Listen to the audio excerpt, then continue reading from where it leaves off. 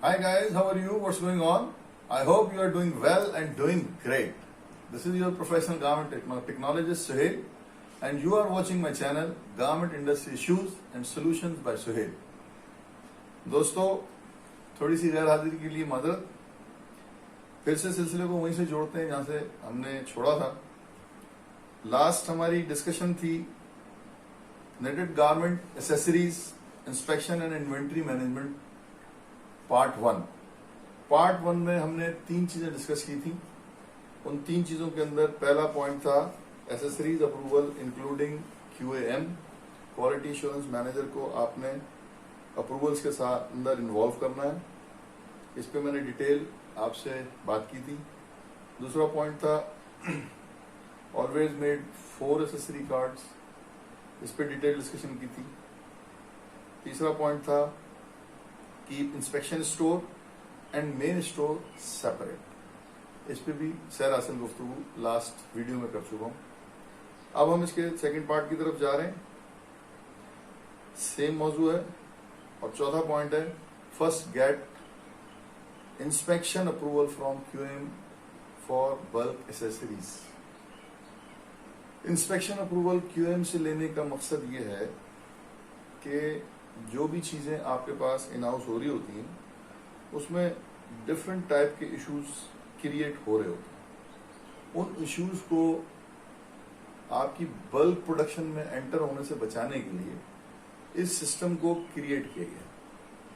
तो जब वो चार कार्ड पिछले 4 कार्ड में से एक कार्ड क्वालिटी एश्योरेंस मैनेजर के पास मौजूद होगा और आपकी एसेसरी जब इन हाउस होगी, जब एसेसरी इन हाउस होगी तो आपने उस वक्त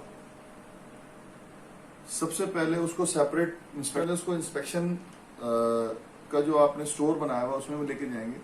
वहां पर जो QA होगा, जो उस स्टोर को में लीड कर रहा होगा, वो QA जो भी चीज आई है उस चीज को का 10% सैंपल लेके उस 10% सैंपल में से, बल्कि 10% से पहले रैंडमली कुछ पीस निकालेगा उसमें से, चाहे वो थ्रेड हो, चाहे जिपर हो, चाहे व्हाटएवर, कोई भी एसेसरी आई है उसमें कुछ चीजें निकाल के वो उसको एक कार्ड पे लगा के लेके जाएगा क्वालिटी मैनेजर के पास। क्वालिटी मैनेजर अपने पास जो उसकी अप्रूवल उसने खुद दी हुई है मर्चेंट के साथ मिलके, उस अप्रूवल के ऊपर उस अप्रूवल से उस बल्क को मैच करेगा। क्योंकि कई दफा ऐसा होता है क्वालिटी मैनेजर ने इनिशियल स्टेज पर, डेवलपमेंट स्टेज पर चीज फेल की भी होती है और जो एसेसरी सप्लायर होता है वो घुमा के वही चीज दोबारा बल्क में भेज देता है।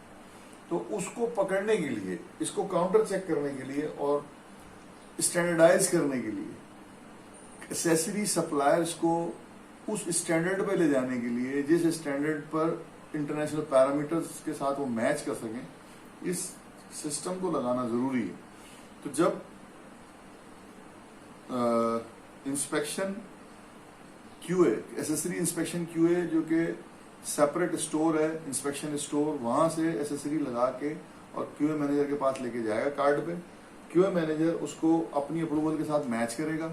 अगर वो मैच है देन वो उसको साइन करके अप्रूव करके उसके हवाले करेगा। तो ये क्वालिटी मैनेजर का जो अप्रूवल है, ये सिस्टम नॉर्मली फैक्ट्रीज के अंदर नहीं होता। रीजन इस एस्पेक्ट से हमारे यहाँ क्वालिटी सिस्टम को डेवलप करने के लिए उस एस्पेक्ट से सोचा नहीं जा रहा होता। क्वालिटी मैनेजर्स नॉर्मली बाकी चीजों की अप्रूवल्स में इन्वॉल्व होते हैं और चीजों की अप्रूवल दे रहे होते हैं, लेकिन एसेसरी की अप्रूवल कि ये एसेसरी इंस्पेक्शन के लायक है, ये एसेसरी बल्क में चलाने के लायक है या नहीं है, ये डिसीजन QA मैनेजर को ही करना पड़ेगा।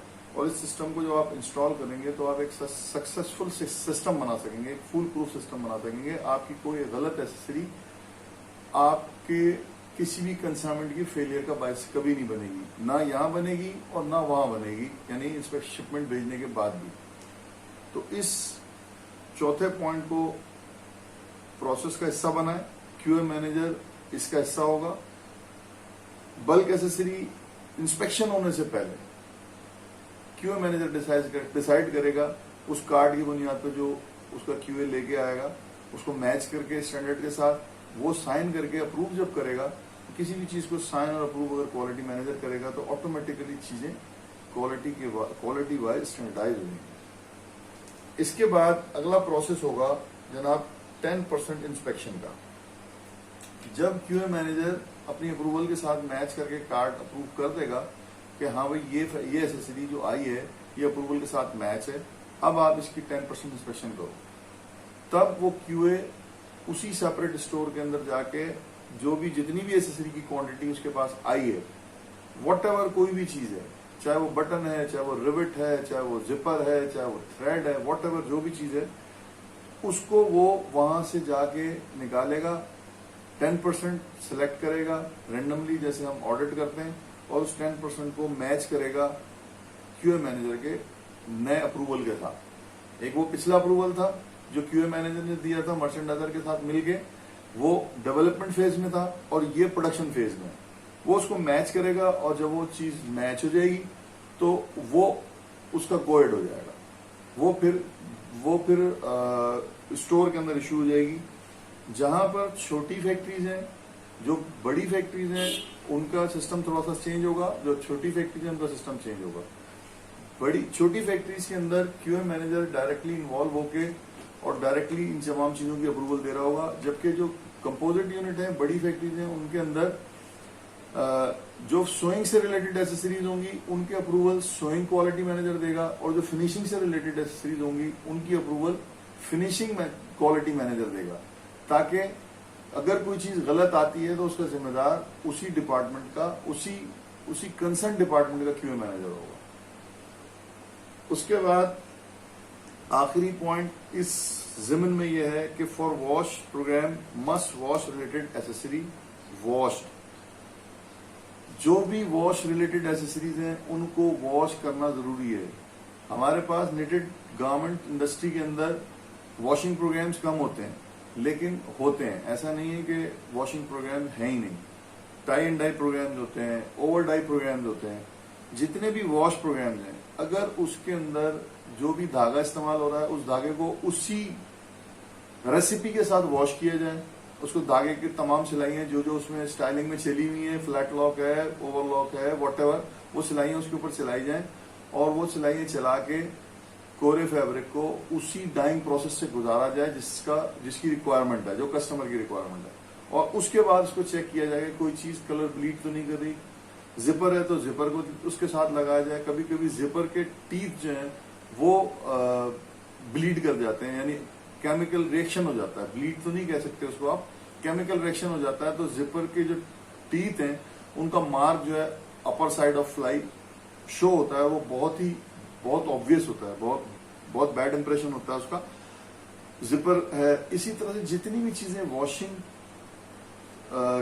प्रोसेस में यूज हो रही, मतलब स्टाइलिंग में जितनी चीजें यूज हो रही हैं जो कि वॉश की जाएंगी, उनको वॉश करके पहले ही चेक कर लें कि अगर उसके अंदर कोई इश्यू मौजूद है तो वो एसेसरी उसी वक्त रिटर्न कर दी जाए और उसकी जगह क्योर हुई हुई बेटर एसेसरी दोबारा अनाउंस हो, ताकि आपको वॉशिंग के बाद का भी कोई मसला फेस ना करना पड़े। ये इतना कॉम्प्रिहेंसिव सिस्टम है, अगर आप इसमें क्वालिटी मैनेजर को इन्वॉल्व कर लेंगे तो आपका एसेसरी वाला एरिया, एसेसरी वाला पार्ट जिसकी क्वालिटी आप कंट्रोल नहीं कर रहे, क्योंकि आपके फैक्ट्री के अंदर तो प्रोडक्शन हो रही है गारमेंट्स की, accessory this is not your शैली, उसको आप सिक्योर कर सकेंगे, उसको स्टैंडर्डाइज कर सकेंगे, और इस स्टैंडर्डाइजेशन की बुनियाद पर आप एक बेहतरीन प्रोडक्ट विदाउट फेलियर, आपका ऑन टाइम डिलीवरी होगी, और आपकी एसेसरी की वजह से आपको कोई क्लेम फेस नहीं करना पड़ेगा। ये आज की इस वीडियो का लुबे लुबाब था,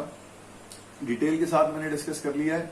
एसेसरी के दोनों पार्ट कंप्लीट हो गए। अगले नेक्स्ट सेशन में हम सोइंग की तरफ आएंगे, जो कि बहुत ही की एरिया है, उसके ऊपर डिटेल डिस्कशन होगी। इससे रिलेटेड कोई भी सवाल अगर आप करना चाहें तो आप मुझे इनबॉक्स के अंदर, यूट्यूब पे इनबॉक्स के अंदर जाके सवाल करें, मैं उसके क्लेरिफिकेशन आपको दे दूंगा। और अपना ख्याल रखें। बहुत शुक्रिया आज की इस नशिस्त के लिए। अपना बहुत ख्याल रखिएगा। Take care. अल्लाह हाफिज। मेरा पैगाम मोहब्बत है जहां तक पहुंचे। Thank you.